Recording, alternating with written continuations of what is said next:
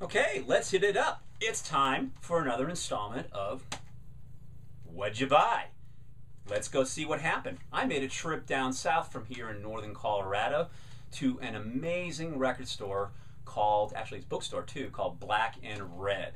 One of the best stores in the mountain regions. Always walk away with amazing finds, and particularly with vinyl, which I am insanely still passionate about. I'm going to share with you my vinyl purchases later on in the week. But for now, let's walk through some of the stuff that I snagged on CD. One is a CD that I kind of have misplaced. If you only saw my collection and how it is organized, I am completely unable. I cannot find this album, and I listen to it all the time. It is by a band called Sugarplastic from the LA power pop scene of the mid-late 90s. They released an album, sadly only one album, on Geffen. There's other stuff available out there that you need to find if you're into XTC. They are one of the best XTC-inspired bands that you will ever hear, guaranteed. This is the album that you want to find. There's other stuff out there. If you're going to begin with this band, begin with the self-titled CD on Geffen by Sugarplastic. This is a promo and not the cover, though, however. That's why it only cost me $1. Another one from a very favorite band of mine called Rich Kids. This one, however, is called Burning Sounds. Rich Kids released one record called Ghost of Princes in Towers, and I think it was in 1980, produced by Mick Ronson, and it featured Glen Matlock from, you know who? The Sex Pistols. Glen Matlock just has his way about writing a pop hook, period. He wrote those songs in the Sex Pistols. Those melodies that we like chomp on continually and will to the day we die are as a result of Glen Matlock, who was ignominiously kicked out of the band. But he went on to form this great band, so our gain. The record is poorly produced, but I highly recommend you find Ghost. This, however, is for more completists. It compiles B-sides, demos, and BBC kind of sessions. Outstanding songs. I think there's 21 songs on this. I had this years ago, and again, misplaced it. I think we might have a recurring theme here. We'll see how it goes. This is the find that I'm really, really geeked about. I have not listened to this yet, but you know what? It has my unconditional love already.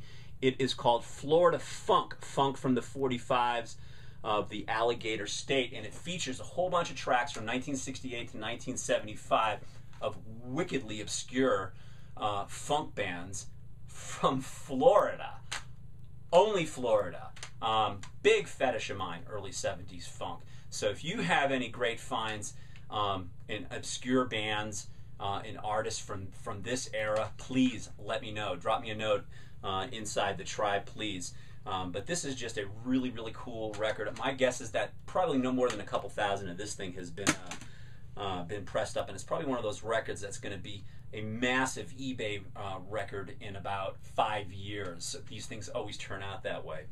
The last one that I'll share with you is a compilation from a band from the 70s called Montrose, which is basically Ronnie Montrose, whose debut 1973 album, self-titled, called Montrose, You Need to Own. And it was just reissued by a German label called Rock Candy. It's pretty expensive. You can find a domestic one for about $10 here if you got. The sound's kind of flat. But if you can splurge, find the Rock Candy version of it. No bonus tracks, though, on that. But it is the quintessential archetypal hard rock record, and I would argue that it is the best hard rock debut ever. Quote me on it. I will defend that. I really firmly believe that. It blew my mind when I came across it after seeing the band on Midnight Special here in the United States in, I think it was 1974, and I ran to the store and bought that record. This, however, is just a compilation on Warner Brothers of all their 70s output. It's a little flawed, but it has a lot of great tunes that appeared on subsequent records that were pretty weak, arguably, but still some amazing tracks and all of that. And the last thing I want to share with you real quickly is one vinyl. I'm cheating here. I said I was going to do that later on, but is something from here in Colorado, and it's called Rocky Mountain Low. It's a 2-album set that also features a CD of punk bands from the Colorado scene of the late 70s. And if you know me, and you'll get to know me here in the coming months, here in the tribe, this is me. I just lived and breathed this stuff as a kid in the 70s, and the reason why I had to own this record was just for the picture on the back cover. If you can see this right now, that was my life in the late 70s, going to clubs like that and seeing punk bands inside the clubs of Boston. That is what I lived. If you could only see the pictures of the hairstyles and the sunglasses and the t-shirts that they're wearing here. But every single one of these bands I've never heard of. And it's awesome. I mean, this is what I live for. And this is why we dig through bins and go to record stores, is to support the idea, the concept, the process of finding these kinds of records. So whatever you do, please share with us what you're finding on your trips in your local communities, or when you're hitting the road here this summer.